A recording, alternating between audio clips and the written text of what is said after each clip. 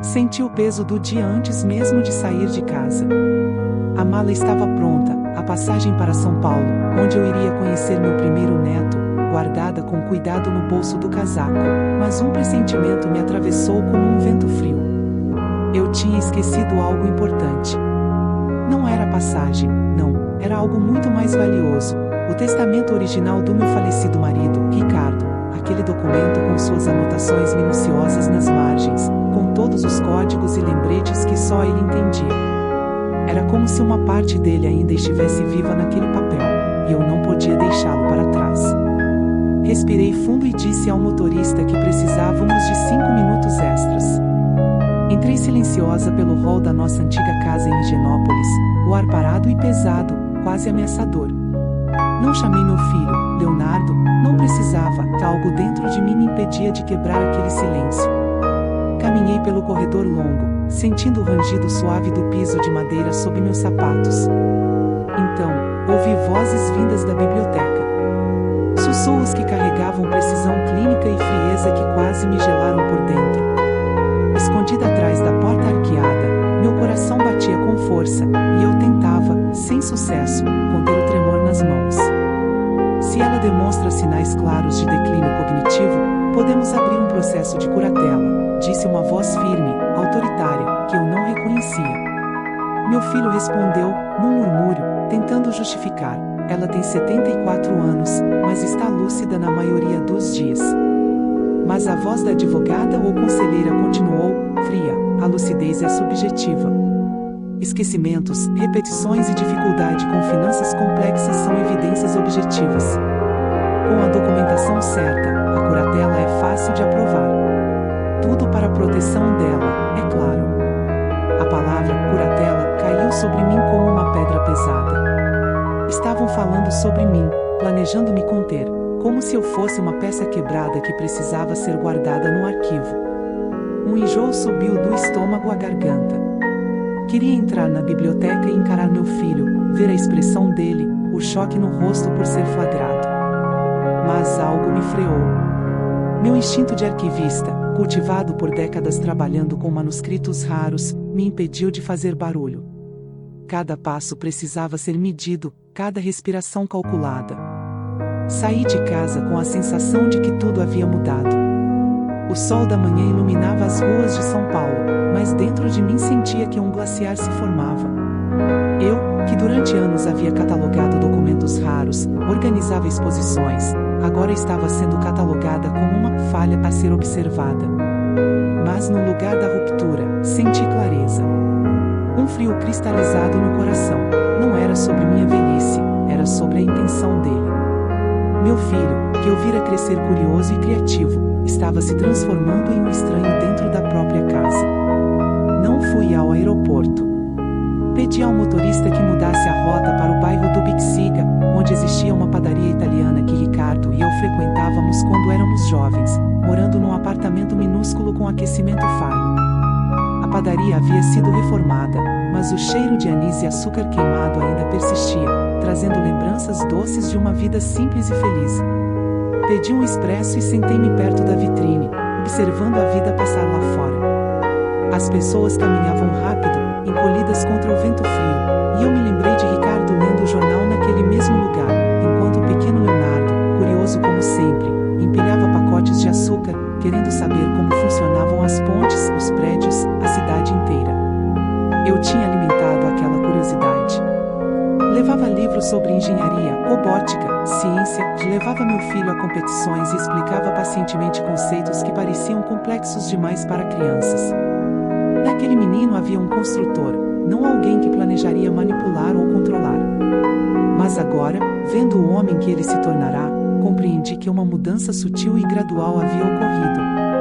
Cada decisão que ele tomou, apresentada com cuidado e atenção para com sua mãe, revelava-se uma estratégia calculada: substituir o contador de confiança, centralizar minhas senhas digitais, assumir o controle de minhas contas online, pequenos gestos de um filho amoroso que, na verdade, eram passos para me isolar e gerir minha vida. O expresso amargo ainda estava quente quando me levantei, deixando a padaria com o gosto residual de alerta e resistência na boca.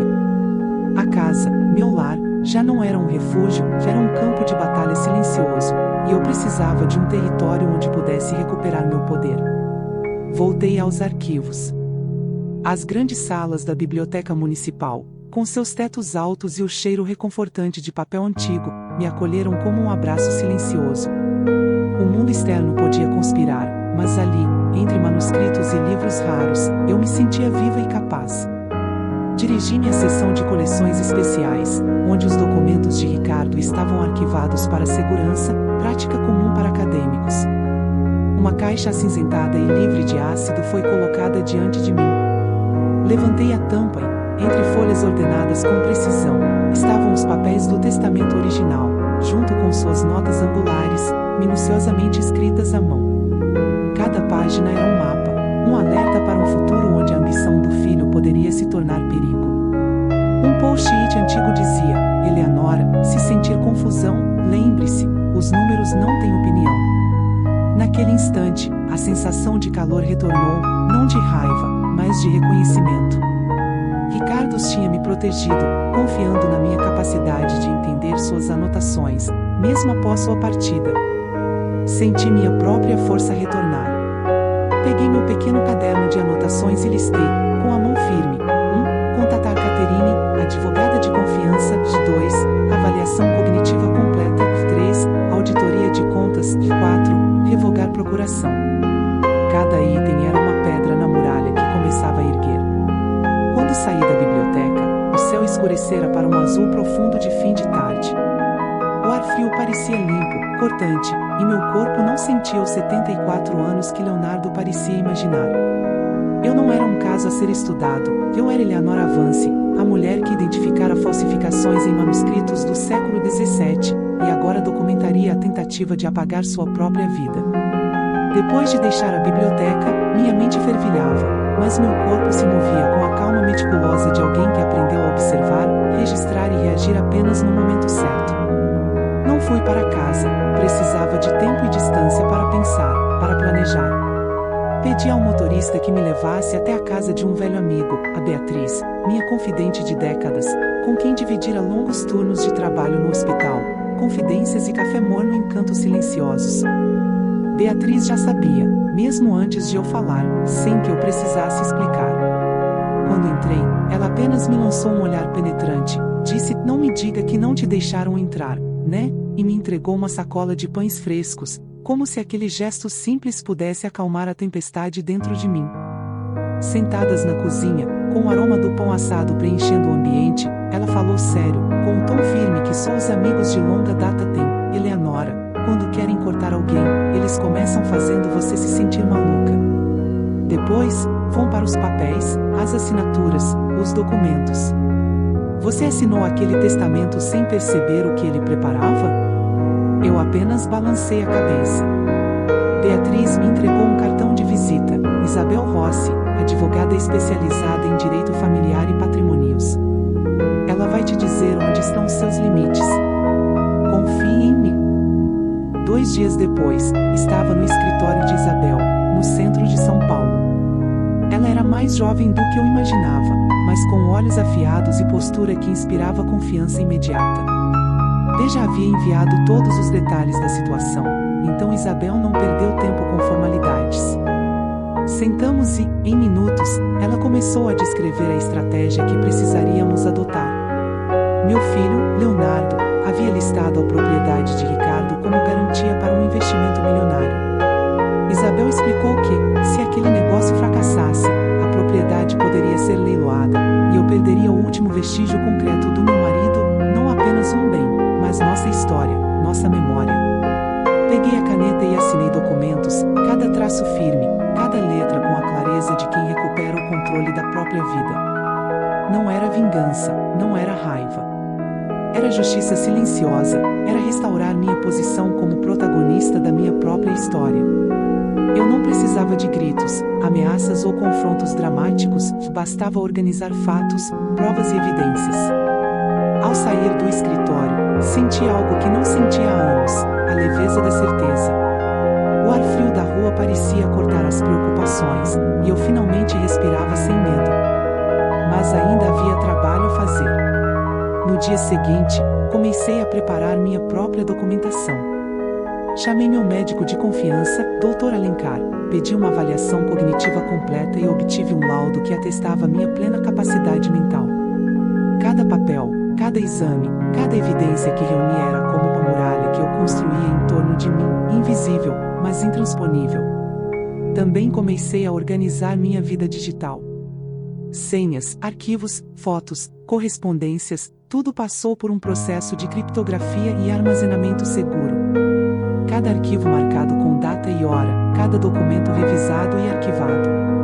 A arquivista que vive em mim despertou com força total. Cada detalhe era uma peça de um quebra-cabeça que meu filho achava que poderia controlar. Um dia, ao vasculhar o armário antigo de Ricardo, encontrei uma pequena caixa de correspondências. Entre cartas e bilhetes de sua juventude, havia um envelope especial, com uma nota escrita à mão. Se um dia a ambição de Leonardo superar sua empatia, lembre-se que a quietude de Eleanora não é fraqueza, mas contenção. Ela vê tudo. Meu coração apertou com uma mistura de tristeza e alívio. Ricardo sempre percebera mais do que eu imaginava, ele sabia do risco, e confiava em mim para proteger nosso legado. Quando Leonardo voltou para casa 2 dias depois, era uma quarta-feira comum, ou pelo menos parecia. O toque da campainha me fez respirar fundo, deliberadamente, antes de abrir a porta. Ele estava com um pequeno buquê de flores simples, com aquele sorriso ensaiado, tentando me vender atenção como se fosse cuidado.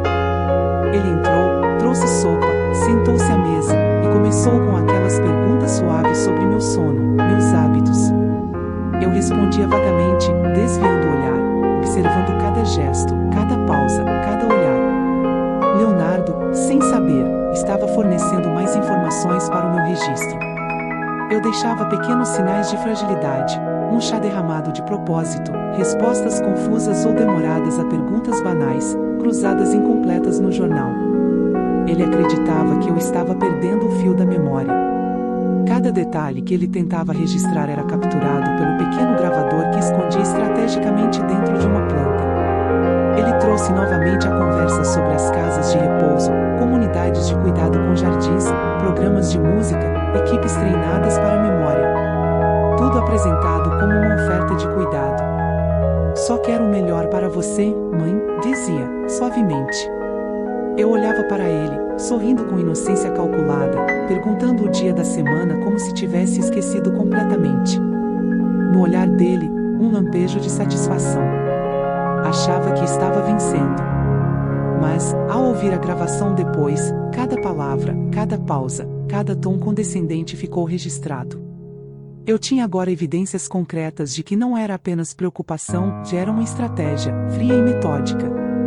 Liguei para Caterine, advogada de confiança que conhecia desde os tempos em que trabalhávamos juntas na biblioteca. Ela chegou em minha casa rapidamente, revisou a gravação e disse apenas 5 palavras: vamos corrigir isso. Em minutos, começamos o processo: revogação da procuração que Leonardo detinha, elaboração de um novo testamento e traste, segurança completa da minha vida digital, avaliação neurológica documentada e abrangente.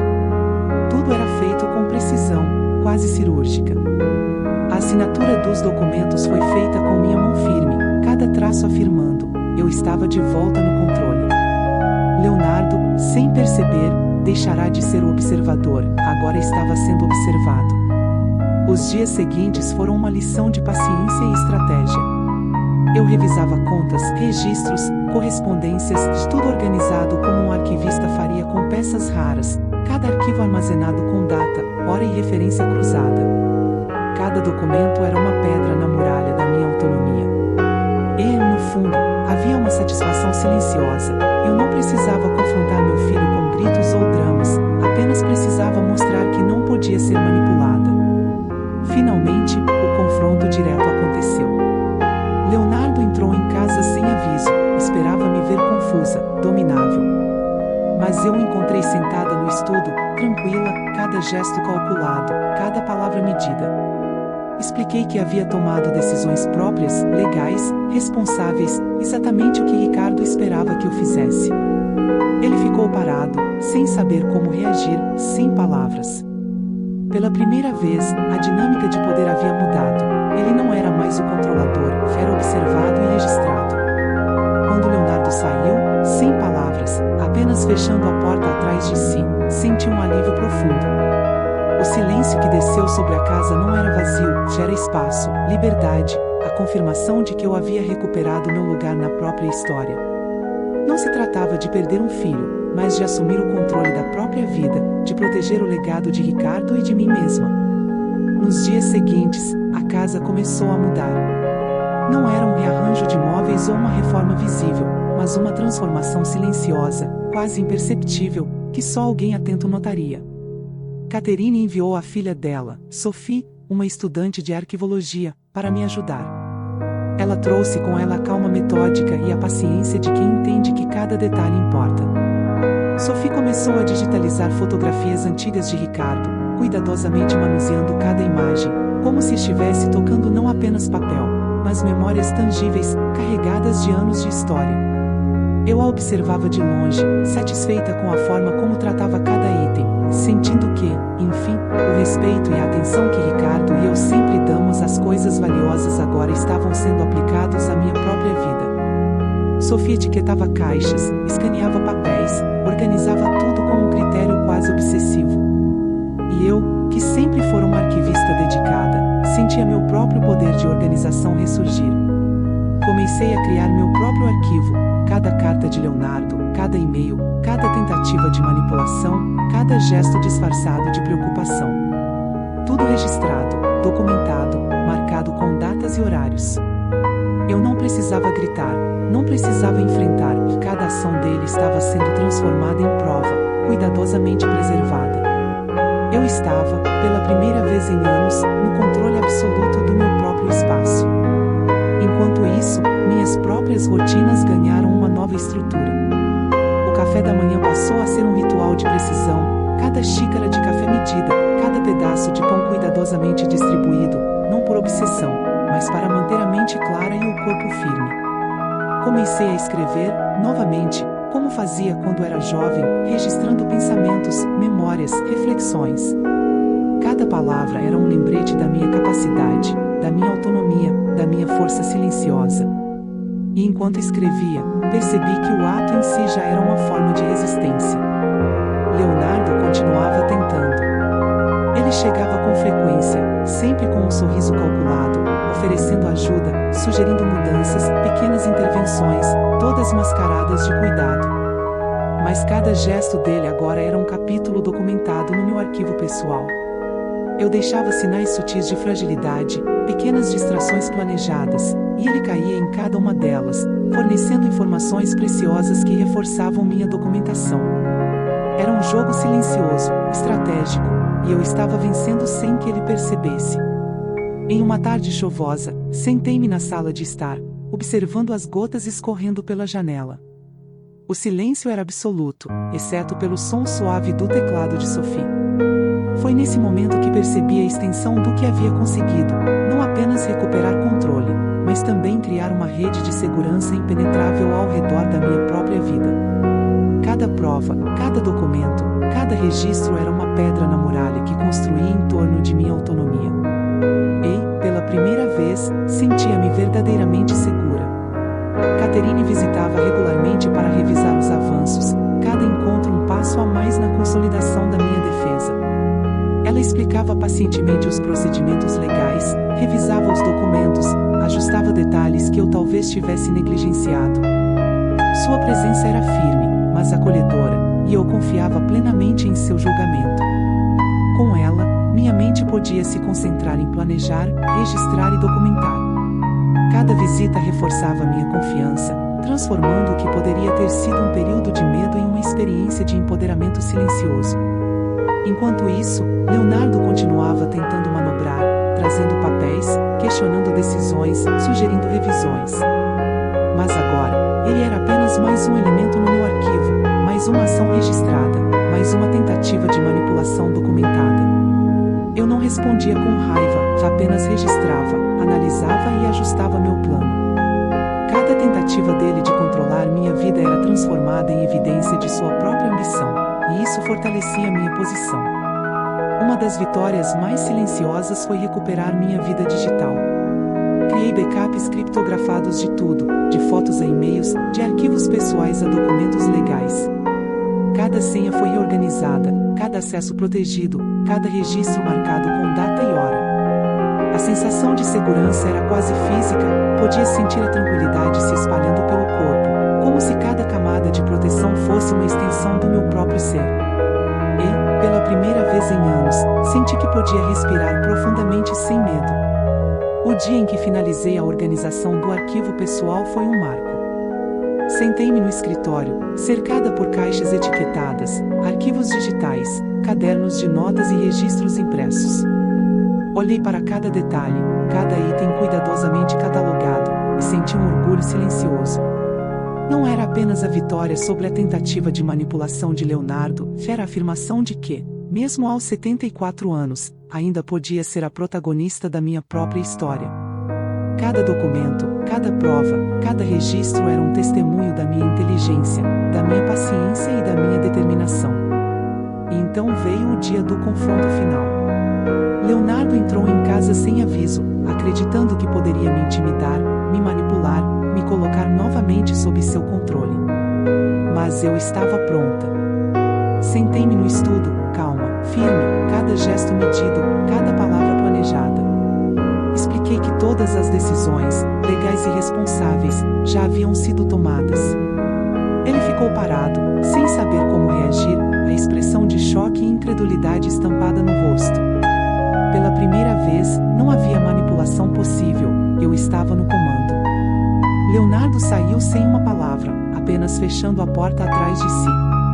O silêncio que desceu sobre a casa era diferente agora, não era vazio, mas espaçoso, cheio de presença e segurança. Havia finalmente espaço para respirar, para viver, para existir sem medo. Eu havia recuperado meu lugar no mundo, não como uma idosa vulnerável, mas como uma mulher forte, cuidadosa e determinada, capaz de proteger seu legado e sua própria história.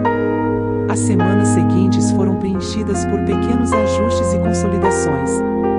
Sophie continuou digitalizando fotografias e correspondências, enquanto Catherine revisava documentos legais e ajustava detalhes finais. A casa voltou a ter ritmo, mas agora com uma sensação de ordem e segurança que antes parecia impossível. Cada tarefa, cada gesto, era uma reafirmação do controle que recuperei e da força que sempre esteve dentro de mim. Finalmente, uma noite, sentei-me no escritório, olhando para todos os arquivos, digitais e físicos, organizados meticulosamente. Peguei o caderno de notas de Ricardo, relendo suas instruções e mensagens de alerta, e senti uma onda de reconhecimento e gratidão. Ele confiara em mim, mesmo após sua partida, e eu havia honrado essa confiança. Minha vida, minha memória, meu legado, tudo estava seguro, intacto e sob meu controle. Não houve gritos, não houve vingança dramática, apenas a quieta, firme e irrefutável afirmação de que minha história era minha. O silêncio da casa agora era diferente, não mais carregado de tensão, mas cheio de espaço, liberdade e poder tranquilo. Eu não precisava de aprovação de ninguém, nem de testemunhas para validar minha autonomia. Cada documento, cada registro, cada ação cuidadosamente planejada e executada era prova de minha própria capacidade. Eu havia recuperado minha narrativa, minha dignidade e meu lugar no mundo com calma, paciência e determinação. Os dias seguintes foram de consolidação e de retomada da normalidade, mas uma normalidade que eu mesma tinha refeito, redesenhado, como quem monta um quebra-cabeça com mãos firmes e olhos atentos. A presença de Sophie na casa trouxe não apenas ajuda, mas também companhia silenciosa, aquela sensação de que alguém entendia a importância de cada detalhe, de cada papel, de cada memória.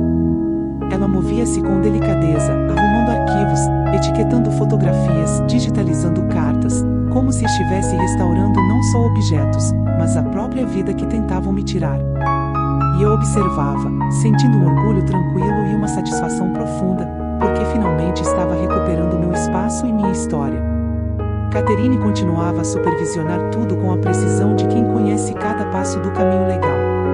Cada visita dela era um lembrete de que eu não estava sozinha, que havia especialistas confiáveis para me apoiar, mas que, acima de tudo, a força vinha de mim. Juntas, revisamos os arquivos, verificando percebi que, finalmente, havia transformado a minha casa, minha vida, em um ambiente seguro, onde ninguém podia manipular ou controlar minha autonomia. Cada gesto de Catherine era um reforço do poder que eu tinha reconquistado, e cada detalhe revisado era um escudo contra qualquer tentativa futura de invasão ou dominação. As manhãs passaram a ter outro ritmo. Eu sentava na cozinha, tomando meu café, sentindo o calor da xícara nas mãos e a luz da manhã entrando pela janela. A cada gole, sentia a clareza voltando, uma sensação de presença que há tempos me fugia. Era como se cada rotina, cada movimento, tivesse sido reintegrado à minha própria narrativa. Passei a revisar minhas anotações, a conferir meus registros, a planejar os próximos passos com cuidado, como sempre fiz com minha própria vida e com meu trabalho na biblioteca. O passado me ensinara que a paciência, a observação e a estratégia silenciosa eram armas poderosas, e agora eu as aplicava com precisão cirúrgica na proteção de minha própria história. Leonardo ainda aparecia ocasionalmente, tentando testar limites, mas suas tentativas eram previsíveis. Eu não respondia com raiva ou confrontos diretos, e cada gesto, cada pergunta, cada sugestão era registrada, documentada e transformada em prova. Ele acreditava que eu estava vulnerável, que poderia ser manipulada, mas eu estava além disso. Cada ação dele se tornou mais uma pedra no meu arquivo, uma evidência de sua própria ambição, e isso fortalecia minha posição de maneira invisível, mas irrefutável. Pela primeira vez em anos, eu não precisava temer, eu sabia exatamente o que estava acontecendo e tinha os meios para proteger minha vida e minha autonomia. Uma tarde, sentei-me no escritório, cercada por caixas etiquetadas, arquivos digitais e cadernos de anotações. Abri uma pasta específica, aquela onde registrava todas as visitas de Leonardo, todos os gestos, cada conversa, cada detalhe minucioso. Senti uma onda de reconhecimento e orgulho. Não era apenas uma vitória legal, mas uma vitória de inteligência, paciência e força silenciosa. Eu havia transformado a vulnerabilidade em poder, o medo em estratégia, e a ameaça em documentação sólida. Era a minha história, finalmente sob meu controle total. Com o tempo, a casa começou a respirar de novo. O silêncio não era mais carregado de tensão, mas preenchido de ritmo e ordem. Sophie continuava a trabalhar nos arquivos, e eu sentia que a presença dela dava à casa um novo tipo de vida, uma presença respeitosa, calma, quase meditativa. Catherine revisava documentos, ajustava detalhes legais, e eu acompanhava cada passo, absorvendo o processo e aprendendo novamente a confiar plenamente no próprio julgamento, sem depender de ninguém para validar minhas decisões.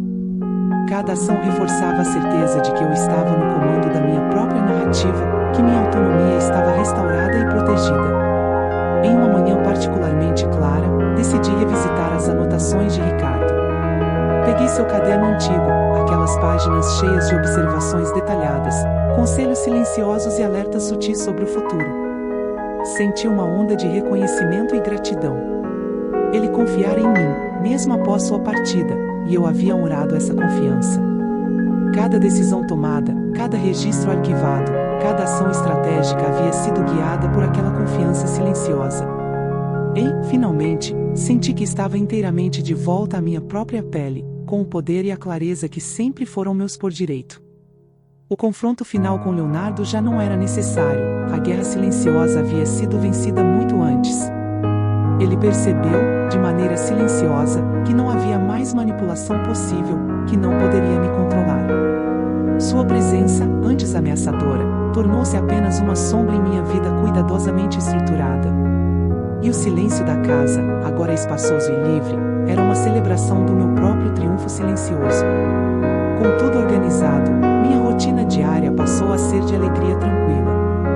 As manhãs eram preenchidas com café, leitura e registros, as tardes com digitalização e catalogação de memórias antigas, e as noites com reflexão silenciosa, anotando pensamentos e planos para manter a segurança e a ordem. Eu não precisava de ninguém para validar minha autonomia, e cada ação, cada registro, cada documento era prova da minha própria força e da minha capacidade de proteger a minha história. E, finalmente, senti uma profunda sensação de paz. Não era uma vitória barulhenta, nem uma revanche dramática, mas uma afirmação silenciosa e irrefutável de que minha vida, minha memória e meu legado estavam seguros. Havia recuperado o controle absoluto da minha narrativa, restaurado minha dignidade e reconquistado minha liberdade. Cada documento, cada registro, cada prova era um lembrete de que eu, Eleanora Vance, ainda tinha o poder de proteger meu próprio destino, e de que ninguém poderia jamais tirar isso de mim novamente. A história terminou sem grandes confrontos, sem gritos ou batalhas visíveis. Mas, para mim, era uma vitória completa. Havia transformado a vulnerabilidade em força, a manipulação em documentação, o medo em clareza e estratégia. Minha casa, meu espaço, minha vida estavam seguros, e eu podia finalmente respirar, viver e existir plenamente, sabendo que havia reconquistado minha própria narrativa e que nada nem ninguém poderia tirá-la de mim. O silêncio da casa, agora pleno e espaçoso, era a música do triunfo silencioso de uma mulher que nunca deixou de lutar por sua própria vida, mesmo quando parecia que tudo estava perdido. E assim, sentei-me na cadeira do escritório, rodeada de arquivos e registros, e escrevi meu último diário sobre o assunto. Não havia celebração ruidosa, apenas a tranquila e poderosa sensação de que minha história era minha, de que minha vida estava segura, e de que, finalmente, eu podia existir plenamente no espaço que sempre deveria ter sido meu. Minha vida não era mais gerida por outros, mas por mim mesma, com paciência, estratégia e força silenciosa. Cada página registrada, cada documento protegido, cada memória digitalizada era a prova de que eu havia recuperado não apenas meu espaço físico, mas também meu lugar no mundo e o controle sobre minha própria narrativa. A paz, finalmente, não era apenas ausência de ameaça, mas a presença sólida de autonomia, dignidade e força inabalável. Eu estava de volta à minha própria história, e nada poderia mudar isso. A vida continuava, cheia de pequenas vitórias silenciosas, mas cada uma delas carregava o peso da minha liberdade reconquistada e da minha força intacta. E assim, encerrei esse capítulo, sabendo que minha história, minha memória e minha vida estavam seguras, protegidas e totalmente minhas.